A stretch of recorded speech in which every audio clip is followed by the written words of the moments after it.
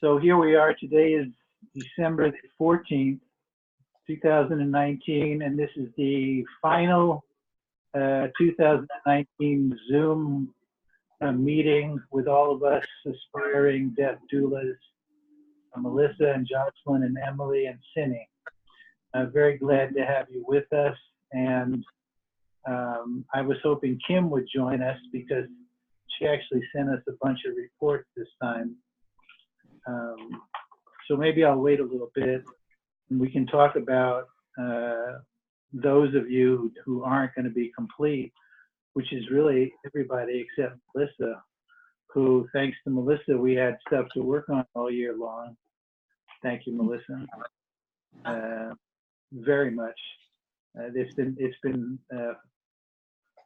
so real and deep and good for us to follow the growth that you've made as we've seen and heard you in the report. So I think I feel so good about how far you've come and how much you've benefited by not only meeting with us, but your own time sitting at the bedside and being around families. Beautiful. Thank you. You are a graduate today. Today you graduate. Everybody else. And I will send you, if you will please send me a snail mail address.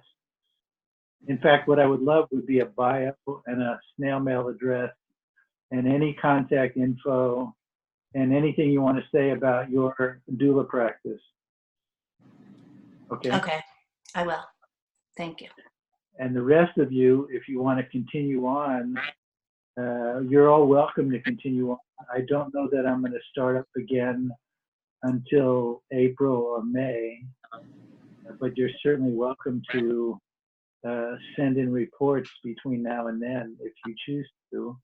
And hold on, Michelle wants to show me her new dress she's going to take to the mainland to go to a wedding. I love it.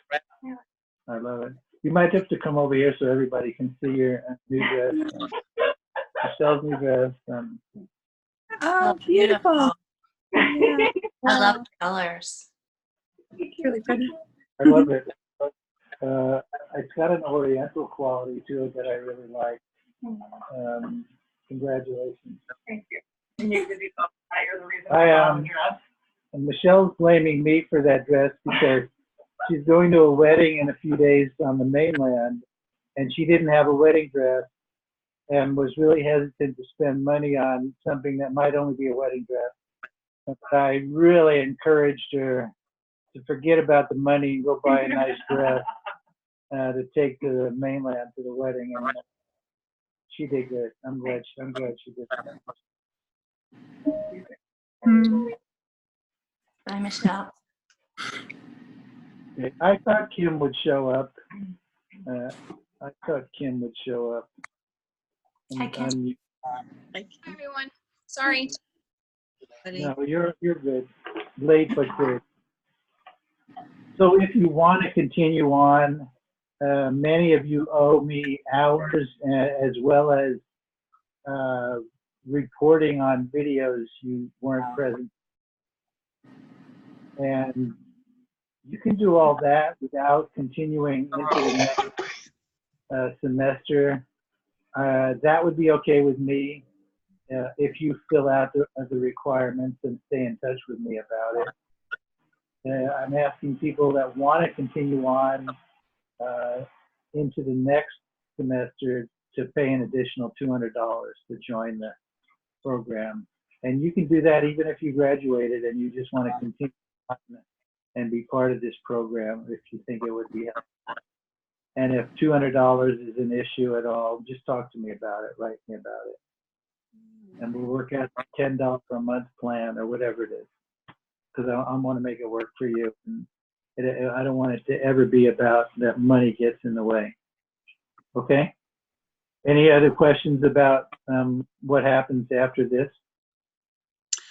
So essentially, if we supplied you with the 90 hours worth of documentation, we would receive our certificate, and that would be it then and there, and there would be no requirement to continue to next year's Zoom meetings?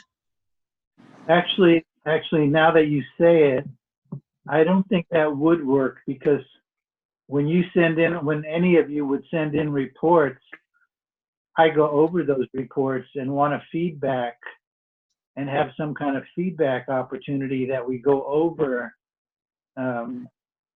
those and see what, like in the takeaways and the observations. I think it's very valuable for there to be some feedback, not only from me, but from any of us that participate in that feedback process. So I'm not so sure about that in terms Okay. of what would be most beneficial. Well, think about it and get back to us. Well, I think in this moment, unless I want to do something especially for you guys, or is it not just you guys, those of you who aren't even here today but want to continue on, I'll think about that. I mean, probably the best would be I don't have to do something extra and you just join on in May for as long as it takes to finish.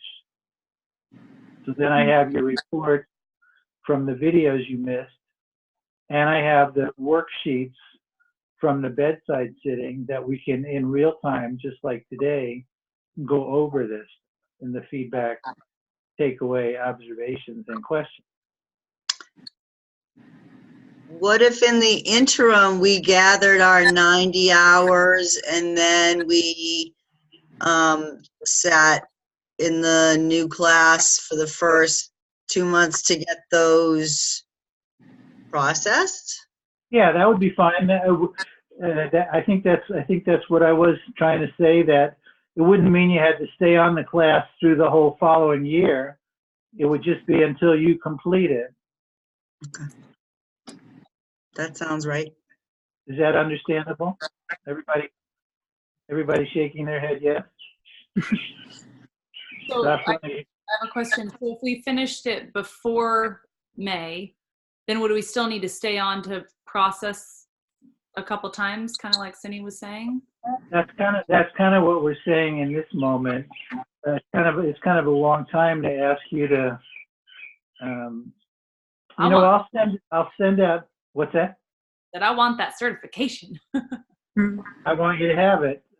So I think what I'll do, let me consider this. Maybe I'll send out something to all of you and give you all, let's say, 2 months to see if you, in 2 months, for example, if in 2 months you could all complete your training, we could have a special Zoom for that, for the rest of you that could complete it in, maybe it's not 2 months, maybe it's 3 months. So let me send something out to everybody to help find something that's going to work for me and also work for all of you. Okay. Cool. I would pay $200 for that. Perfect. Perfect. Hey, Kim, what's with that guy behind you?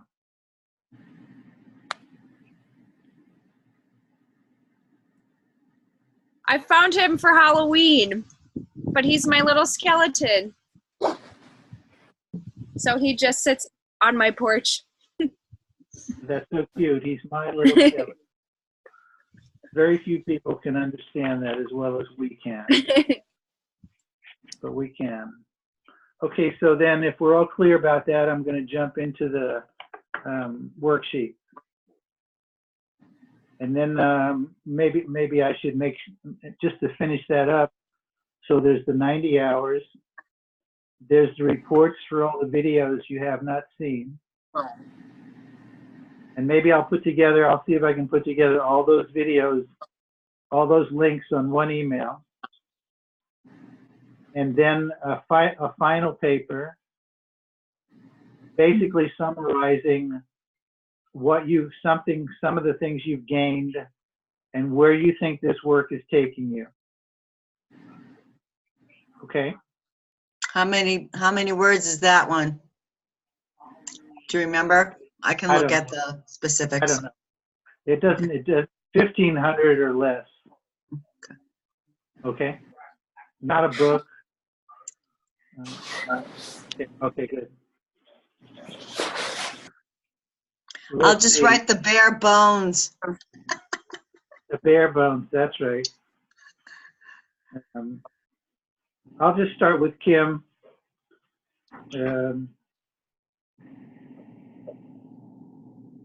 I felt it may have been more peaceful for her to finish her dinner without the need to entertain another person with stories of grandchildren. It's a great sensitivity to develop when you really don't need to be there. I think, hold on. How come Kim keeps getting muted? My internet's a little weird right now, so that's why I keep moving to try to find the spot. Okay. But it keeps muting me and unmuting me, and I don't know. You even moved over on my screen. Oh, it's weird. Let's come to that sensitivity of knowing when it would be better off if you weren't there. That it's requiring somebody's energy to entertain you or hold space for you being there. And that's a sensitivity to develop. And also it's about getting past your own attachment to being the death doula there, doing something. Right? Everybody got that? Like sometimes it can be tremendously, as I'm sure you've all experienced, tremendously draining when somebody's there that you need to entertain for some reason. You could easily start to resent somebody because of the energy required on your part to entertain them, especially if you're not feeling well, or you're sick, or you're dying. So that's a sensitivity to develop.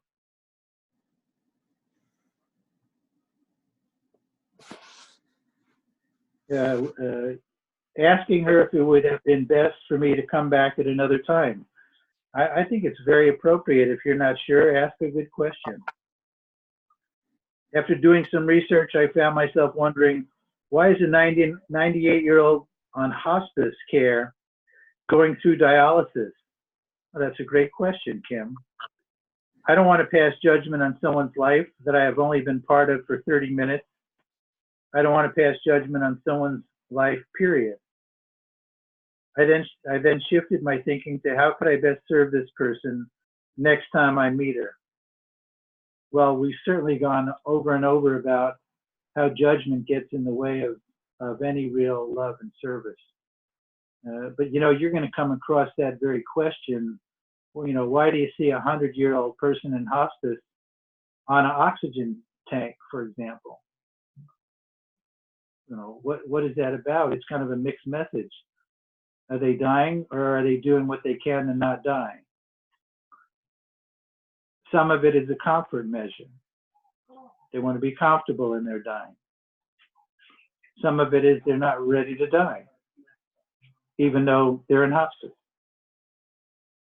And I don't know how I'll be in that situation. So just like you, I don't want to be in judgment about it. But there's plenty of confusing messages like that, you know, that you will all encounter.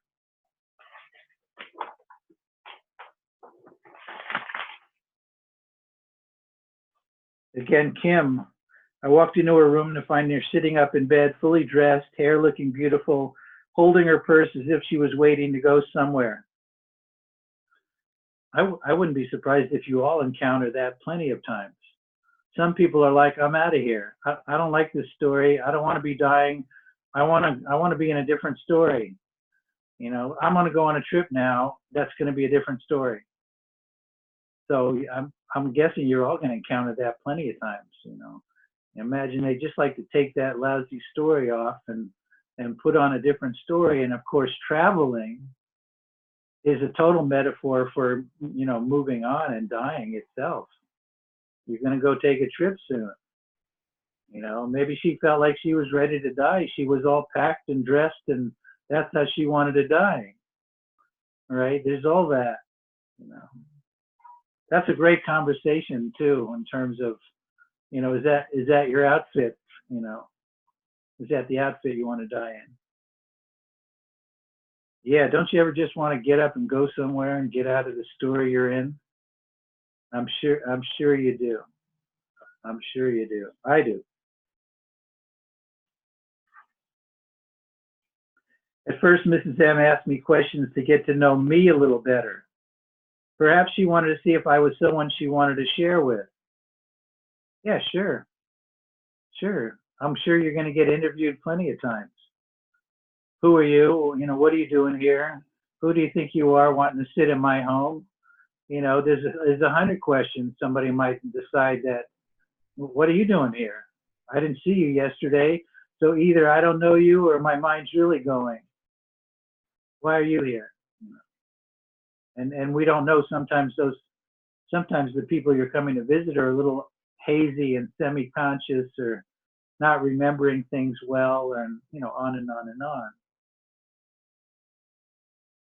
She said, I don't know when I'm going to die, but I'm grateful to be here. A comment which stuck with me. Even though she couldn't do the things she wanted to do, she felt grateful to be alive and to have breath and to be on Maui. How fortunate. How fortunate.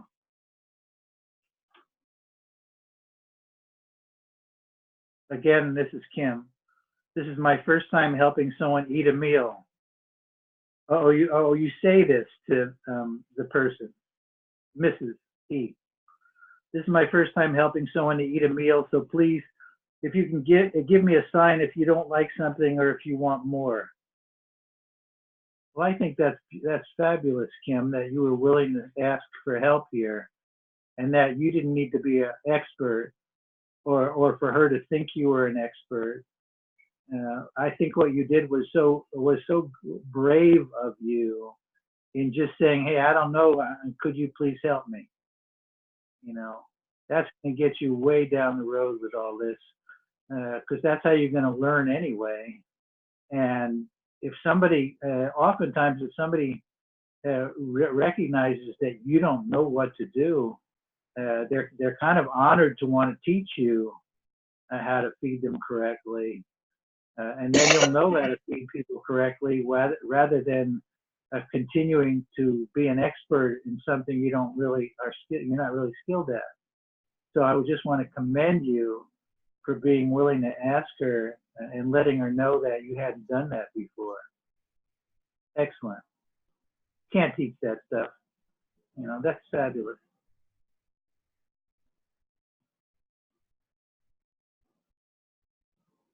She was pretty clear on her signs. I placed a spoon on her chin so she knew it was there and she could open her mouth if she wanted to take another bite.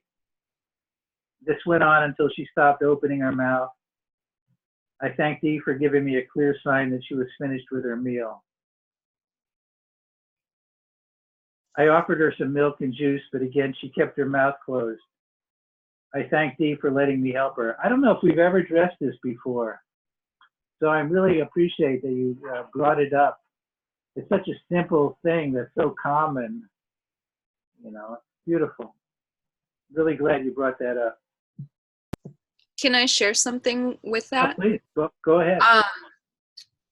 The nurse who showed me how to feed her, she came in and she said, oh, that's, you know, she was kind of like encouraging me to feed her more and feed her more, even when she stopped wanting to eat.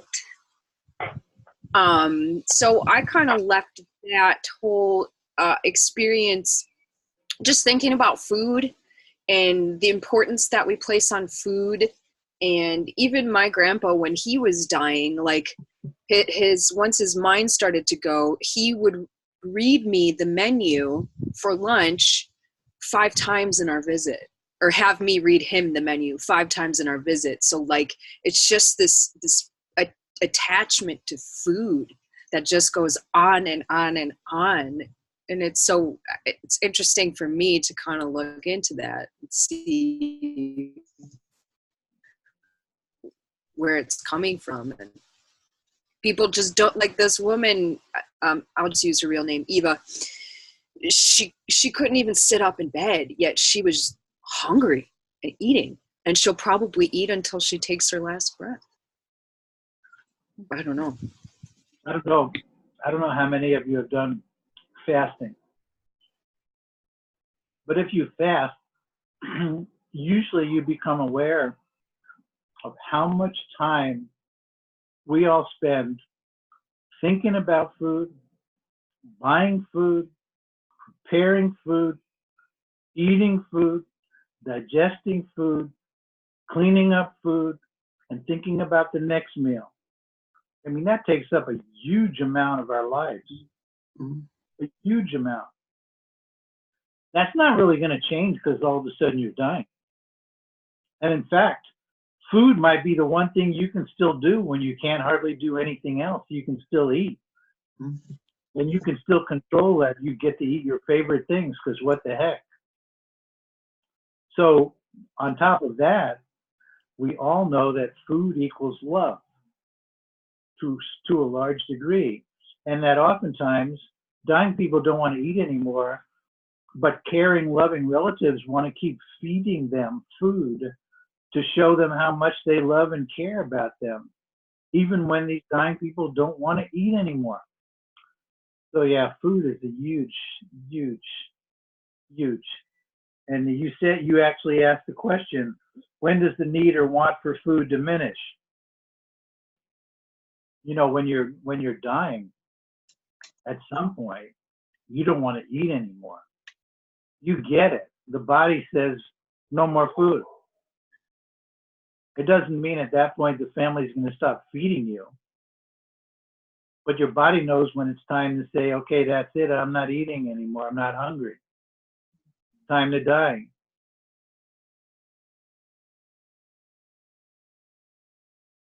I like what you said. I had no idea this is again about eating. I had no idea what I was doing. I fed children before with the usual, here comes the airplane, open up bit. But this was totally different. I trusted that she would know when she'd had enough, and eventually she stopped accepting food. Why don't we do this with children? We don't trust them when they say, I'm full. It's always, we'll have one more bite. Great, it's a great observation. You know, again, food is love. Come on, eat. I mean, I grew up in a house where it was like, come on, eat, bubble up. You know, food. Hardly anybody I know has their food trip really together. You know, and there's every spectrum, every place on the spectrum. You know, religious vegans. I run into religious vegans all the time, and I used to be a religious vegetarian, and so I get the fanaticism about it all. But at some point, we spend too much time thinking about what goes in, and not enough thinking about what comes out of our mouth, which is even more difficult, I think, to master. Also, have you known someone who consciously chose to stop eating and drinking? I certainly have. And sometimes it's easy and sometimes it's not, right? If your body has been eaten away by cancer and you're basically skin stretched over bones, if you stop eating and drinking, you're going to be dead pretty soon. Otherwise, you can go on for a couple of weeks not eating and drinking. And it could get difficult, and it could get difficult for the people around you, again, because maybe it looks like you're suffering, or maybe it looks like you're hungry. Pretty hard to not feed a family member that looks hungry.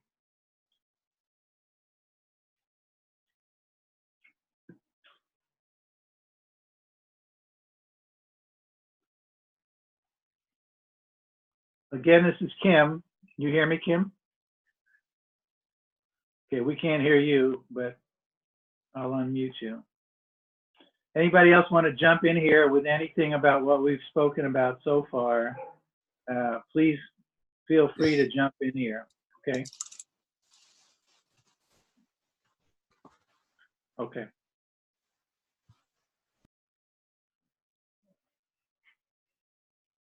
This woman didn't look imminent. She's in her 90s. Her body was very small. I said, "Hi, R. My name is Kim. I'm wondering if I could sit with you for a little bit while you rest." I received no answer nor any indication in the form of movement from her eyes or body, so I sat with her for 30 minutes while she slept. Her breathing was steady and she didn't move in her sleep. I said, "Thank you, R. It was lovely spending time with you." Again, that's fabulous, Kim. Because just because, I want to unmute you again if I can. Okay. You can hear me, right? Yes. It's fabulous that you spoke to her, even though she might have been sleeping. Maybe she was sleeping. Maybe she was semi-conscious. Maybe she was completely unconscious. But I so appreciate that you spoke to her anyway. And you assumed that you at least were open to the possibility that even though she appeared to be sleeping, she was listening. I think that was absolutely a cool thing to do. Absolutely. Well, this group of people who I've been seeing, there's a lot of patients, hospice patients that we have in the assisted care facility, assisted living facility, and I don't always get information about them. So I'm really going into a room not knowing anything at all, which has been a great practice. And that's, a lot of these situations has been me just going in blind. Yeah, that was the next thing I have here. I'm finding that I enjoy not having all the information laid out for me in an organized document. I think oftentimes having the information can easily get in the way. I want to say that again. Having information about that person, maybe that person's diagnosis, can oftentimes get in the way. Yeah. And oftentimes it can separate doula and patient. Ideally, you meet in a place where it's not doula and patient. It's just two beings connecting in space. And if you have too much information in your head, it can get in the way of two beings being together. And you get caught in the role of doula, and you catch the other person in their role as patient. Actually, I think your intuition and your insight get to practice in tuning to what is present in the space. And again, having too much information can get in the way of actually seeing what's present in space. Everybody get that? Anybody want to say anything about that? Well, it's because now that I'm going back and looking at patient sheets, even just the names that they give to the disease, or, usually it's something physical, then that's something with the brain, and there's like 4 things listed on there, and I have no. So I find myself taking the time to like research these things, and I'm like, wait, it doesn't. In the long run, it doesn't matter, because like you just said, I'm going in there to be person to person and not be the one who has all the information about the disease. It is nice to know a little bit so I can be aware, but it's also nice to not. I think it's valuable to know what dialysis is, what Parkinson's. It's good to know what diseases are. I'm not saying you shouldn't know anything and make sure you don't know anything. It's great to have an understanding that this person is acting. One of the reasons why this person is acting this way is because that's what happens when they have that disease. Or, in fact, that's what happens when they take, it's a side effect of the medicine they're taking. That's all good stuff to know. But it's not in any way harmful to not know any of it, right? I mean, to know that that person is acting that way as a side effect to a medicine, you still want to connect with somebody in the most loving, kind way as possible, regardless of what's causing the activity, right? Mm-hmm. So it's both. You know, if it satisfies you to go, I know why she's twitching like that. She's on this medication, which is, you know, one of the main side effects of this medication is twitching. But then you know that, and so what? And now you're going to respond from the same kind-hearted, loving place of not turning them into a patient with symptoms. Okay. That's very important. It's too easy to turn them into the dying patient, and you're the doula. And we want to do our best to step through that and lead in a deeper place. Everybody make sense? Okay. I want to turn you into great death doulas and then have you forget that you're a death doula and just be, you know, just be.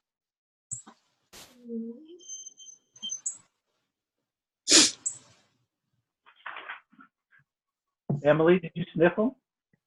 Oh, that was me. That was Kim sniffle. One more, let's see, a little more from Kim. It felt really good to just sit and shut up.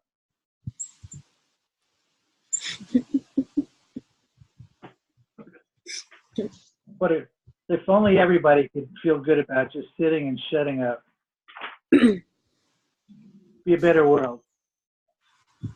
After my first visit with R, this is still Kim, I've learned to announce myself before even getting to the door of his room. On my last visit, I walked in on him using a urinal. So this time I wanted to make sure not to interrupt his privacy. That's a very important teaching because that could have been the last time you saw that patient, because he could have been so shamed and embarrassed that you wouldn't have been allowed to come back, all right? Because every time you came back, you'd remind him about his shame and embarrassment. So that's a great thing to learn right off the bat. So good for you. This man wanted to share these important messages with me, but I asked if he wanted me to go so he could rest. He said, no, I really want you to hear this. You know, again, we come back to how valuable a stranger can be to witness somebody's stories. That might be the most important thing you do in many circumstances, to just be a stranger that can witness somebody's stories without there being any baggage, without anyone feeling judged, somebody feeling really having the freedom to unburden themselves sometimes with their story. Yeah. We can't overestimate how important that can be. And the same with complaining, you know. Sometimes dying people don't feel that anyone wants them to complain. You know, I think it would be fine to say, you know, do you ever feel like you really want to complain? Because I'll sit here and I'll just listen to you complain as much as you want. You know, that could be a very freeing thing for somebody. You know, oftentimes, I don't know how it is where you all are, but on Maui, if I say to somebody, how you doing? And they say, I can't complain. Oftentimes that's the first thing they'll say, well, I can't complain. And I'm thinking, well, that can't possibly be true. Why would that be the first thing you'd say? You know, and sometimes I'll say, no, come on, I'll give you 5 minutes for free. Just complain your head off now. And they might, you know, and you can imagine dying people could have plenty to complain about. But maybe the people around them are tired of hearing them complain and don't want to hear them complain anymore.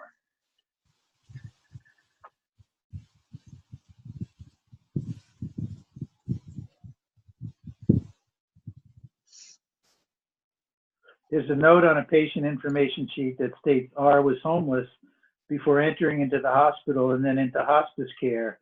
It also said that clothing had been donated for him. Perhaps he's feeling quite comfortable having his own bed and being cared for. Well, you can imagine that might be tremendously big for him, to not wonder where he's going to sleep and where his food's coming from, and that could be huge. And He's so happy eating his food. He's so happy. what a beautiful thing, because too many homeless people are dying on the street.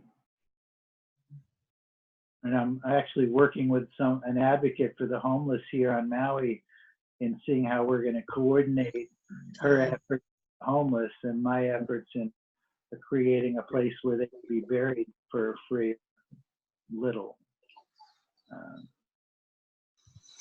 Then here, we're complete with Kim now, and we're up to Josh.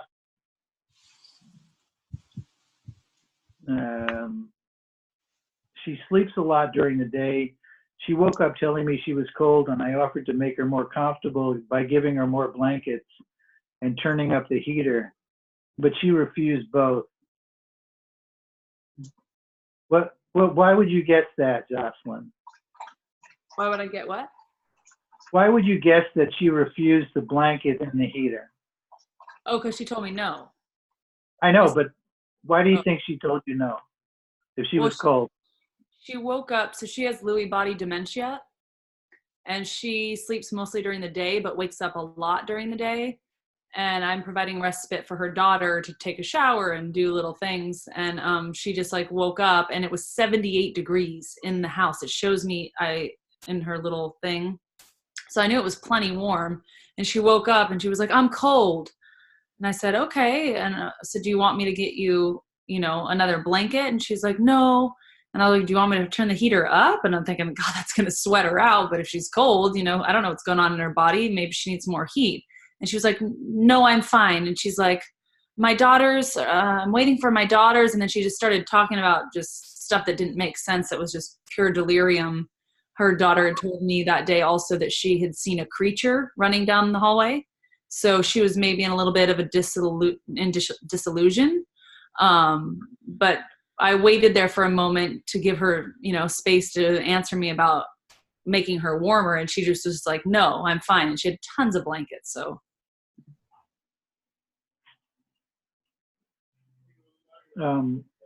What is Lewy body dementia? I should remember that because I researched all of them. I can't remember, honestly. Okay. I have notes on that though. So we could contemplate together the possible reasons why she was cold and didn't want a blanket and a heater turned on. Okay. So I'll give you a couple, and then you could come up with some others I'm not thinking of. Okay. One, she didn't want to be a burden to you and have you do anything extra. Right? Yep. You could imagine that could be one reason. Another reason was what she was really saying was she was super agitated. Mm. And the agitated could have felt to her like she was cold. Mm. Anybody think of another reason why she didn't want the blanket or the heater? Mm.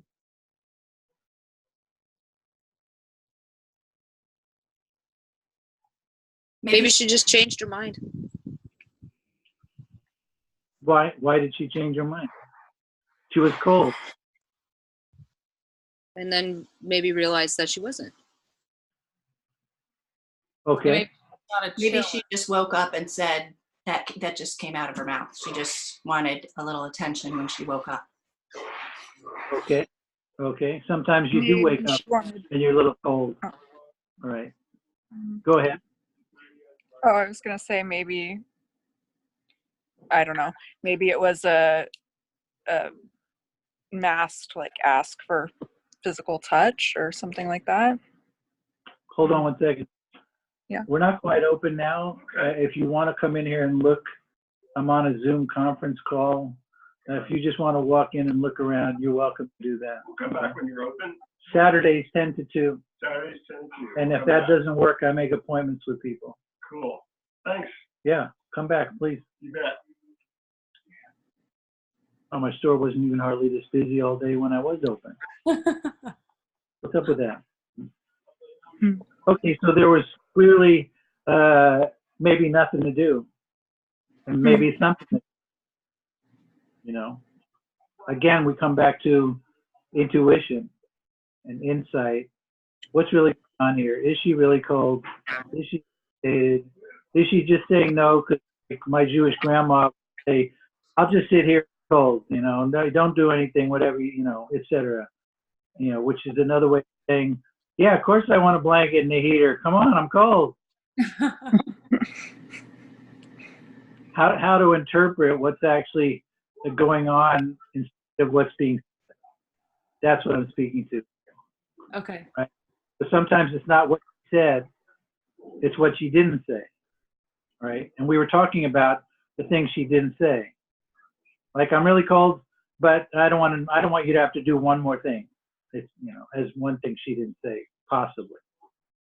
So I don't know what the answer is here, but it's left for us to consider. I'm cold, but I don't want a blanket and a heater. Would be, well, there's a question there, right? Mm-hmm. Unless you just move on and you're just like, okay, whatever. Okay, whatever. No, not a big deal. She's not going to die from the cold if it's 78 degrees. There's something else going on. Yeah. Okay, good. If she was Jewish, I'd say for sure that's what it was.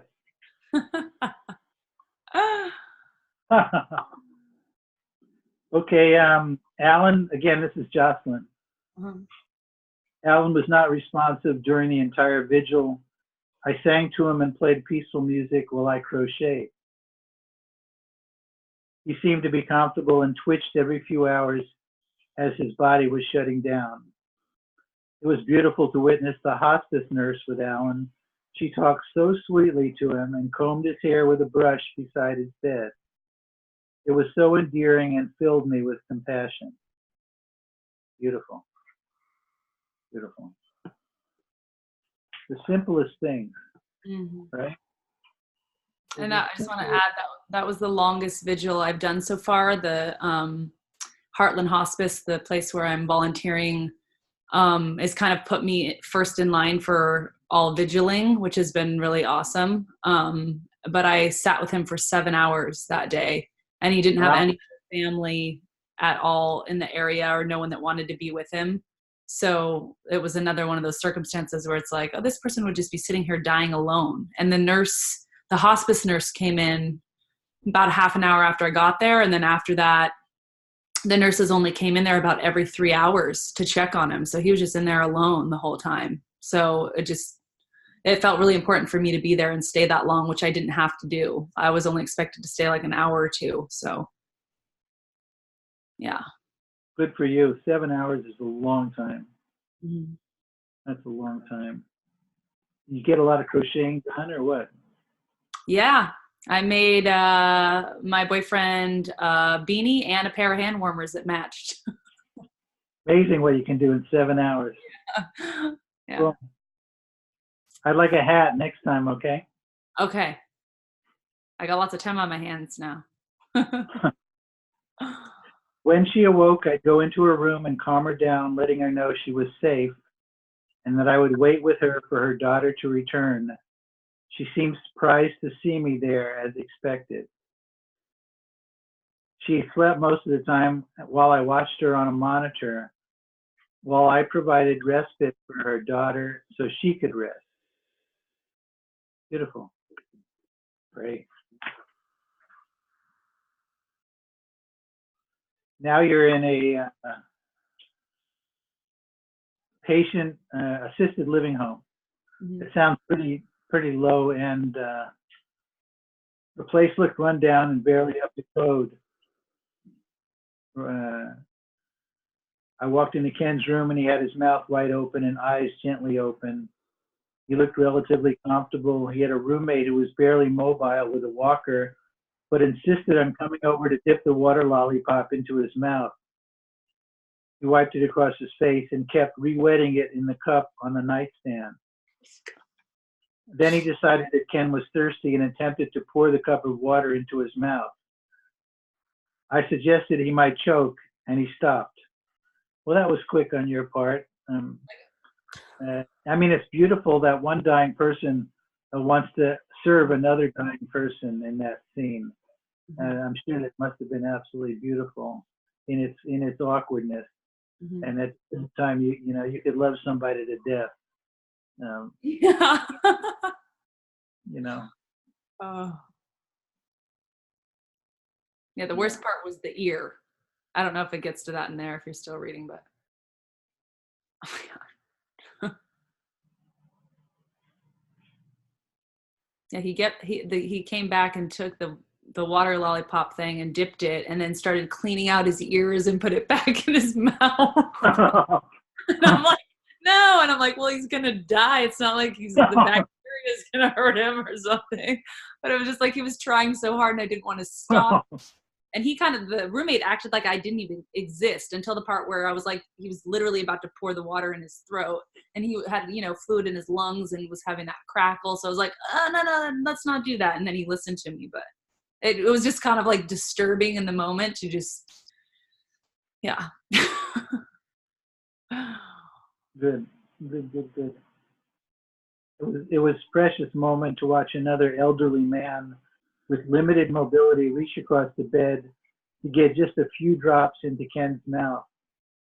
The way he wanted to take care of him was beautiful. I love that.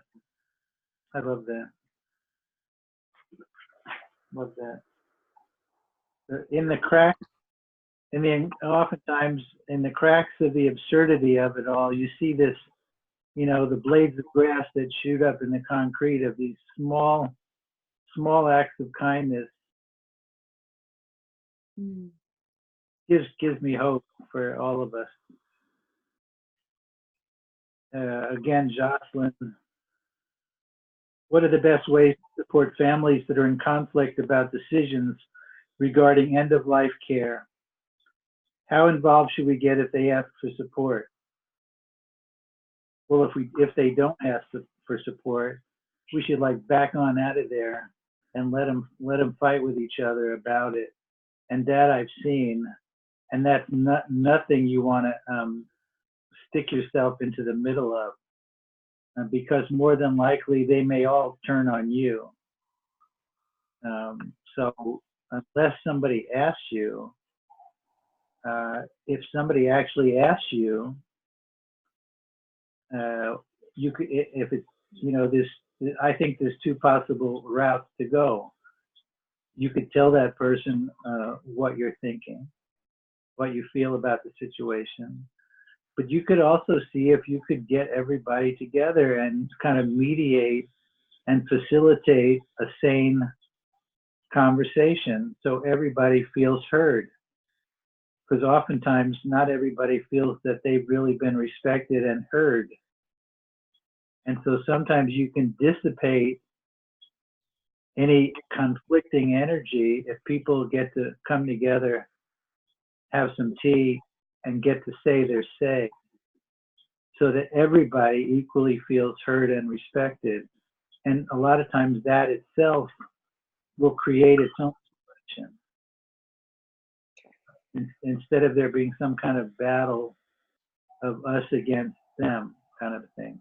And I've seen it, and it can get pretty ugly.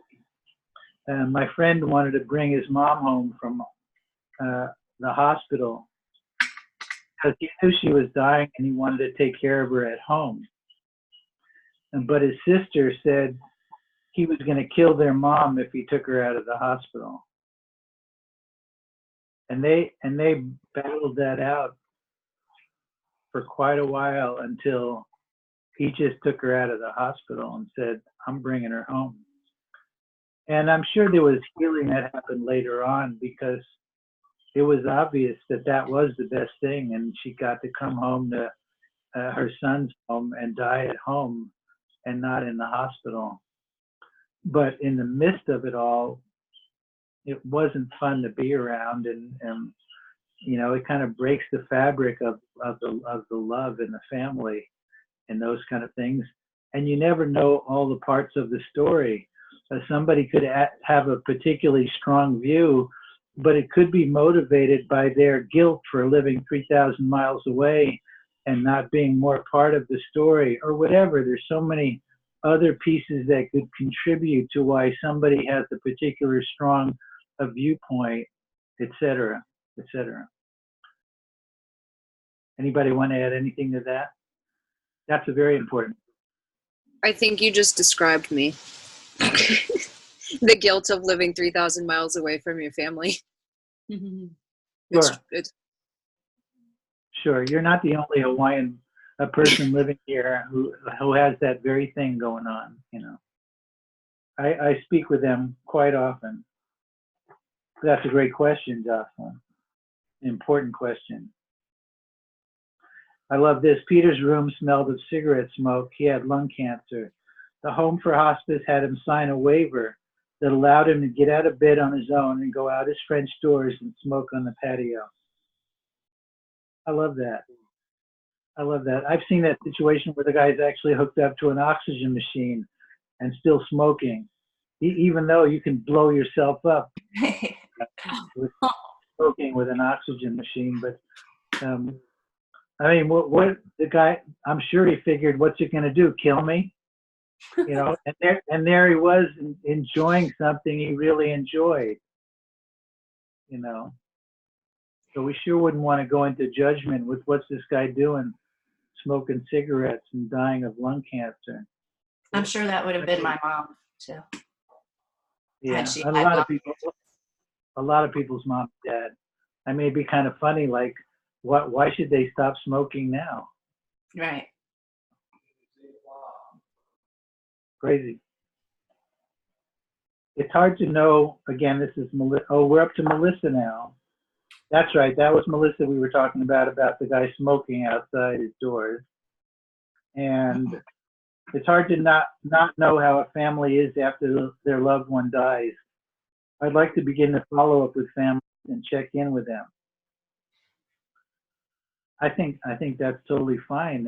And also, you have to. I think you have to get good at the likelihood that often you're not going to know what happened.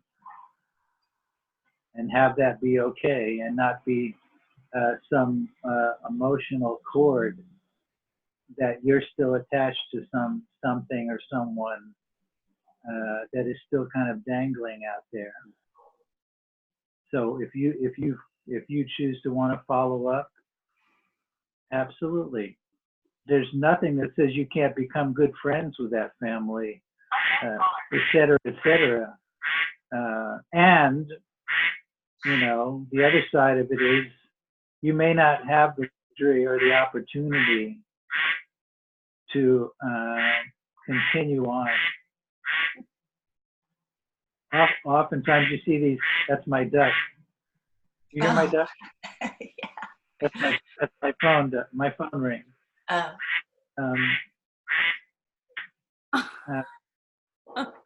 I mean, I oftentimes find it amazing that a hospice nurse could go visit 6 patients in a day, never know if she'll see them again, if they'll die before she sees any of them again.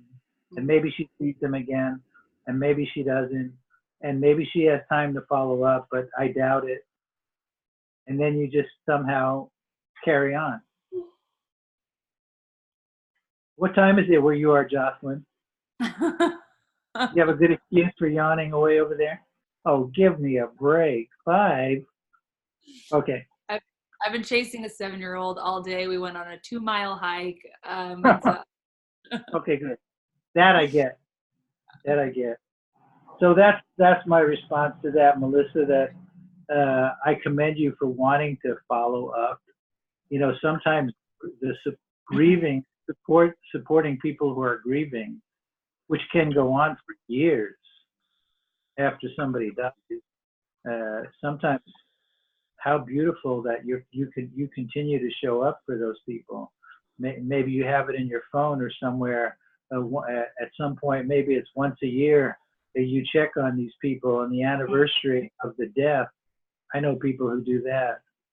There's different ways to stay connected, and that's beautiful. And also, not having your energy, like I said, these emotional cords that can develop, not have them just dangling out there because you don't know what happened, etc. Beautiful.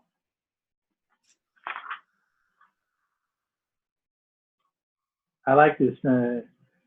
George said in a quiet voice, "You're scary." I said, "I'm sorry if I scared him," and told him who I am. I was standing at the end of his bed, and I think there was the French doors behind me, and it was light out. So I thought maybe I appeared like shadowy. And he asked where. I might have. If somebody said that to me, I might have wanted to have more fun with that before I apologized for it. I don't know. I don't know in that moment, but he asked me where my cloak was. Yeah, where's your cloak? Because you could have been death incarnate. Come to get him. Who else could you be? You've never seen you before, and all of a sudden there you are with that back glow behind you. Yeah. George's wife told him, "I'm not a witch." Well, I don't know what he would have done in Jocelyn's case. We know she's a witch. Upon reflection, I wondered if he thought I was a witch or perhaps the Grim Reaper.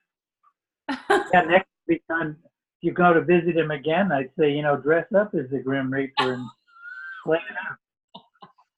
What's the worst thing that could happen? He'd die on the spot. He already died. The Grim Reaper came. It's a real one. And then Melissa asks, what's a good response when someone asks what I do as a volunteer? Well, why don't you answer that? What's the answer if I say to you, Melissa, what do you do as a volunteer? Tell me. I mean, I just say I'm just here for you and the patient and their family. I bear witness to what's going on, and I'm here for you. Is one thing I've said. Anybody else have an answer to that? What's a good response when somebody asks you, what do you do as a volunteer? What do you say? That you're there to provide. Oh, I'm not on. Am I on? Can you hear me? Mm-hmm. Oh. Yeah, I can hear you. Just that I'm there to provide companionship and hold space for that person, just to know that I'm there if they need something, if they want to talk about something. You said hold space, and Melissa said bear witness. Many people won't have any clue what either of those phrases mean. I'd just say I'm here to hang out with you if you want some company. And then usually that leads into me asking, are you comfortable? Can I get anything for you? Do you need a glass of water or whatever? Okay. Anybody else want to, Penny? What do you say? I was going to say, not having done it, but I would say the one thing that I always try to say is I'm present here with you right now. I'm here to be present with you right now. I said to George's wife that I'm an end-of-life doula and that I help to guide people. And she said, oh, well, he's not there yet. No, he died a couple days later. Yeah, I don't know if you're really there to guide anybody. Maybe you are. In this moment, my answer would be, I'm here to see if I can be useful in some ways in your care. That's good. I've had some training and I have some skill sets, but really I'm just here to see if there's some way I can be helpful or useful in your care. Real simple, easy to understand, That's Something good. That's kind of what I was looking for from, that's why I asked you. Yeah. And you could say, and I'm a part-time witch. So if you need any witch services, I'm here for you. Mm-hmm. Oh, now we're up to, of course, Melissa can go on and on about what a fabulous job she does, but then we get to the mother-in-law, and of course, as we all have learned or will learn, it's a different story when you're related to the person. Mm-hmm.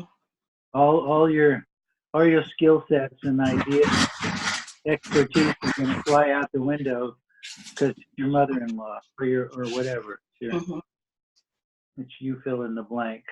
I found that by allowing my mother-in-law to exist in her new reality without bringing up the past too much is a better way to go. If we can just be okay with what is, we'd all be better off. It's so much harder dealing with one's own family through the hard times. I think if we were less attached to the outcome and the past, it would make it a little easier. I think all of that is true, but sometimes kind of having the inside track on your mother-in-law to some degree, in a sense that you know her better than going into a hospice or walking into a strange home. You actually have the keys to help her do some of her business in completing her life. But how you find your way to use those keys, is the work of listening and intuition and guidance, right? Because you do have some keys for her to help her do the work of completing her life in terms of where she's stuck, where her heavy judgments and anger and resentments lie. And those are all barriers towards getting free when you die or having an easeful, good death. So I could understand why you would be hesitant to want to dig because of what could be, what could show up in the mother-in-law, daughter-in-law relationship. But I wouldn't rule out that you could also be very helpful if that was the guidance to help her unlock some things that you have the keys for. In fact, you're not the daughter, and in some ways you have a better perspective than your husband as the son does. So I wouldn't rule out that you could look at, well, I'm kind of scared to go anywhere in that world with her, and I respect that. I get that. I respect that. And two, you may have ways to be quite helpful to her. Yeah, I'd love to be able to. Thanks.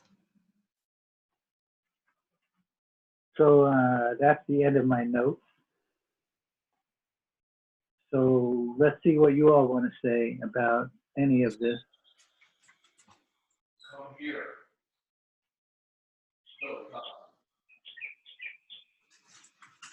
Hey, Kim, is that your goat talking? No, they're not over here. If they were in the corner right here, you'd probably be able to hear them, but they're somewhere else. Emily, are you okay?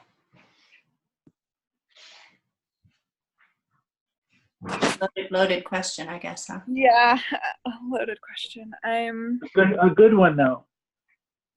Yeah. Thank you for asking. Yeah, this grief is really deep. Yeah. I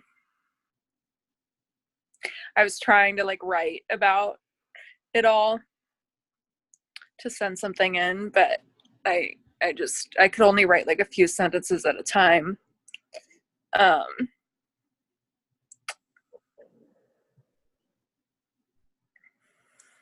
Yeah, it's just like how you were saying about when it's someone, you know, dear to us, it seems like it's so different. Like everything that thought I was sure of or thought I knew kind of went out the window, you know? And I mean, I see that as a blessing ultimately, because I was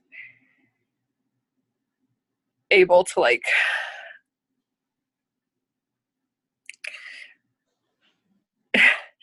put all that stuff down, and then just be with what was finally. But I saw how I went through this process that I guess I thought I would be like more prepared for, or I would have like a better handle on, or yeah, I see myself. I feel like I don't know anything, which is okay too. But yeah, it's interesting. Like I swear I still hear him like in the house, and like, you know, yeah. it's definitely, Painful. yeah, deep grief. And it's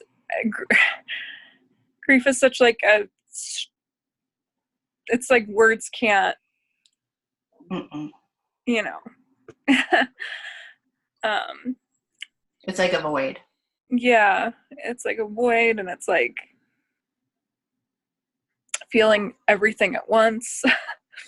And like I feel like time is like stopped, but all like everything outside is like going way too fast, you know, like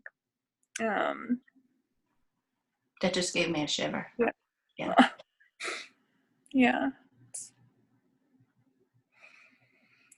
Thank you. Thank you. Just keep Thank you. walking through it, you know, and that's what you're doing. You're not skirting around it or going over or under it. You're going through it, and that's going to help you to heal and get wiser and stronger. And during the hard times, we fall to our knees, right? Yeah. So first of all, thank you, Emily.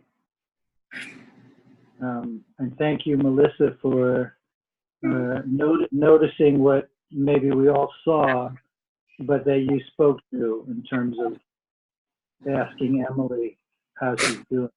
So thank you for speaking to it. I would actually critique a few things about. Twice I heard you put words in her mouth that I would encourage you not to. At one point you said painful, and another time you said like the void or something. And both times I felt like you were putting words in her mouth. Did you, Emily? No, I mean, that is what I'm feeling. I feel like you were speaking to it. I just felt, I understand what you're saying, Bodhi. I just felt like I intuitively knew. I was hearing you. I see you. I feel you. And I was just answering from an honest, truthful place. That was my intent. I understand that, and I would just pointing out, reflect on that a little bit, because I felt that you kind of, sometimes we want to give people the answers rather than let the process unfold in its own time. So that was one part I wanted to speak to, not just about you, but for all of us to consider. And the other part was that at the very end, when you started going, you just got to keep going.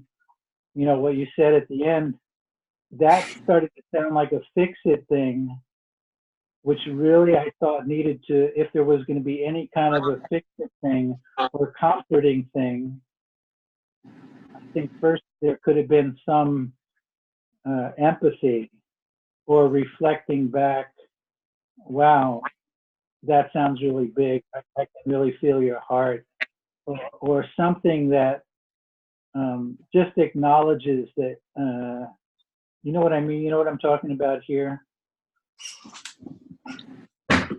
I do, but I guess, I'm not saying you did something wrong. I'm just fine tuning something that we got to witness in the present moment in an exchange.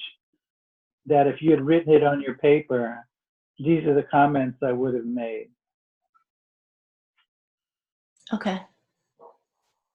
All right, you didn't do anything wrong. Again, if this was written on a paper, I would have said maybe like sometimes I want to name something, right? Painful, for example.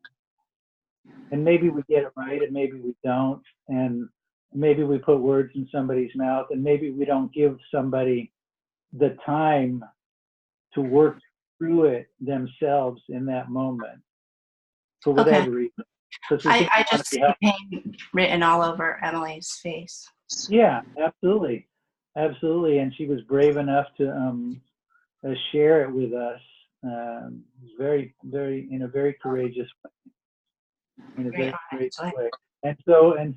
But I also want to come back to the piece about what sounded to me, again, if you'd written this in a report, I would say there was a piece missing in terms of, wow, that must, that's so big. Again, without trying to put names on it, wow, that must really feel deep, deep in you. Or, you know what I mean? You know what I'm pointing to here? At first, as a way to say, I really heard what you said, and I'm really feeling you deeply, and connecting with you in that hurt place.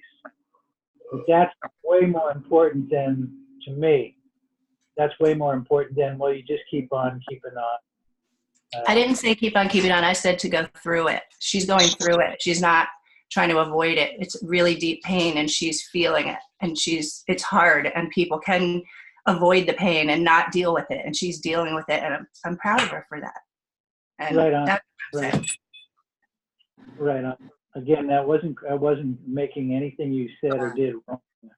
We were just fine tuning something that could have been in a written report in terms of recognizing sometimes what when we're witnessing somebody's unburdening their heart or sharing the burden that's on their heart, what if we have some kind of automatic tendencies towards comforting and fixing? That's what I'm pointing to, which is something. I'm sure I do. What's that? I'm sure I do. I'm sure I do have those tendencies. So thanks for pointing that out. We all do. We all do. So, and thank you, Emily, one, for showing up at the meeting, given that you're not physically feeling your best, but you're also not, you're going through a deep emotional time of grief. And deep emotional grief often manifests as physically not feeling well. So it's all connected. And I appreciate very much that you still wanted to join the Zoom call and be fairly naked in front of us. And let us bear witness to what's happening, and what I think it's so beautiful that it is happening. It is so beautiful that it is happening. And you may not always feel that in any given moment, but it is so beautiful that you are feeling this so deeply. Sending you love, Emily. Thank you. Okay. Anybody else? Any more? And I'm sorry, Melissa, if you felt like I was in any way criticizing, because I didn't feel that I was. But I apologize. It's okay. Thank you. And like I said, I so appreciate that you were willing to speak up to it and ask Emily if she was okay. So I appreciate that very much. Me too. Thank you. Anybody else okay or not okay that now that we've cultivated this different kind of energetic in this moment. Is there anything anybody else is hurting a bit about? Oh, please, Kim. This kind of goes along with the smoking. The man has lung cancer, but he's still smoking, and not passing a judgment on that, just, being there for him. My dad had a trip to the emergency room this week, and also, like you guys are saying, it's different when it's your family. He doesn't. My dad doesn't take care of his health, I guess, as much as I would like him to. So I'm glad that you share. I think Melissa, that was one of your patients, but I'm glad you shared that, because I have to be accepting, and that was a reminder to me. So that's kind of where I've been at this week and today. It's hard. It's hard to watch somebody do something to themselves that you can see is harming their body and their emotions, and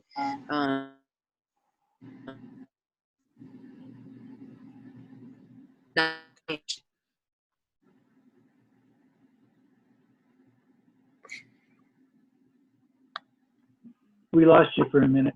We didn't hear the last part what you said. I was just saying it's hard to watch, like, this, somebody who is a smoker. It's hard to watch that person smoke their entire life, and then when they get sick and they're told they have lung cancer and still smoking, it's like, it's hard for me to watch what my dad does to his body, and that he's getting sick from it, but he's still choosing to do the same thing and doesn't want to change anything.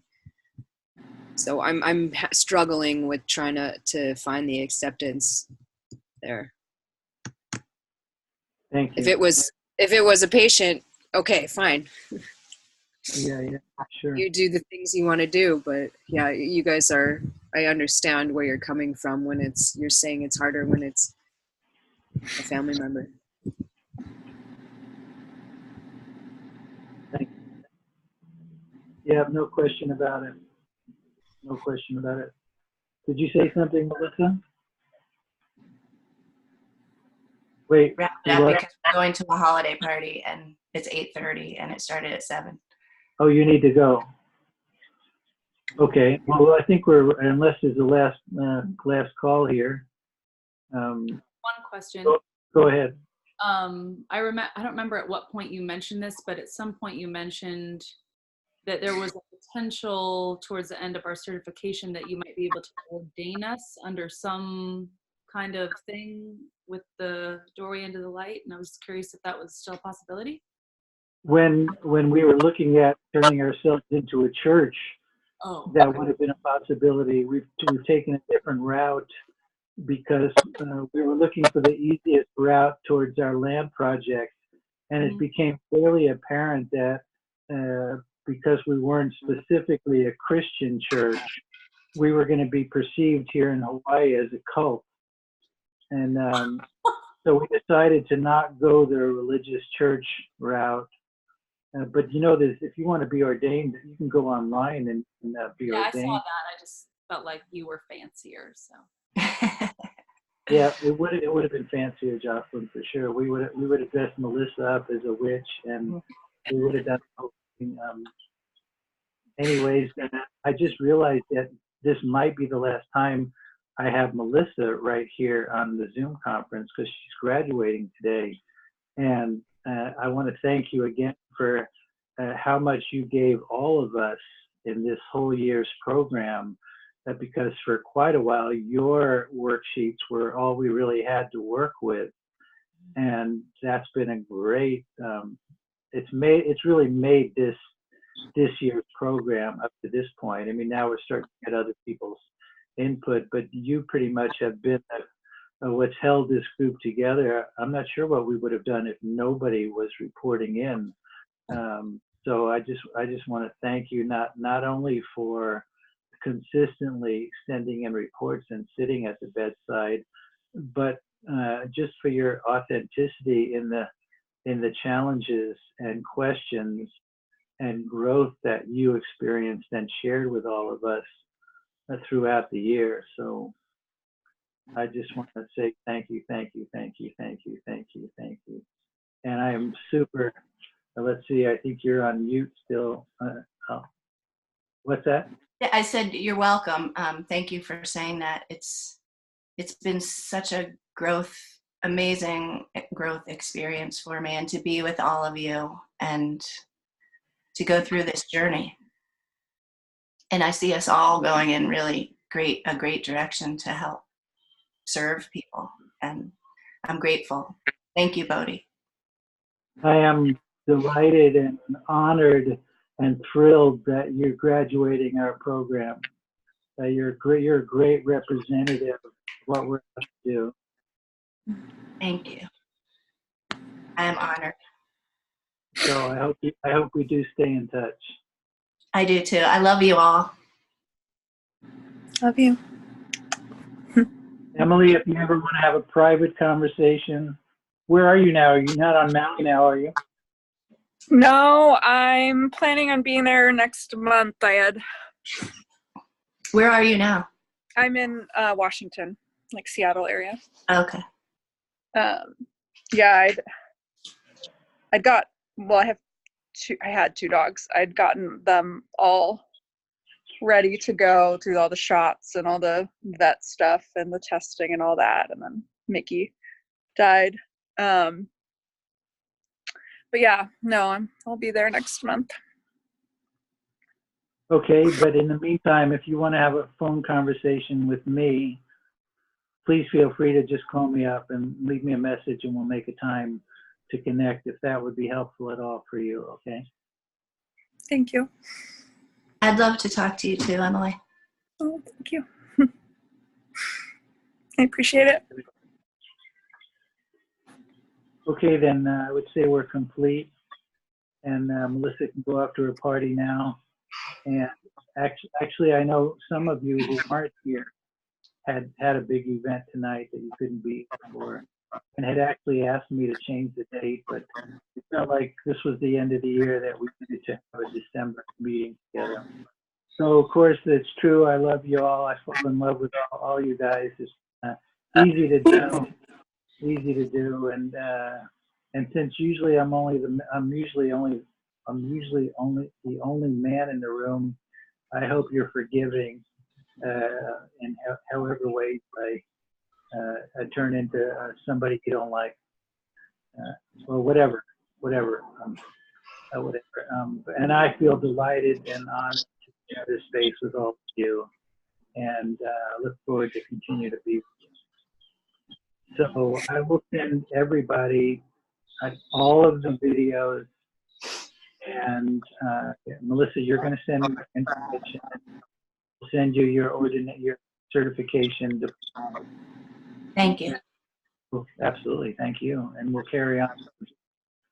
So looking forward to being with you in the new year. We are more and more. We are going to be called on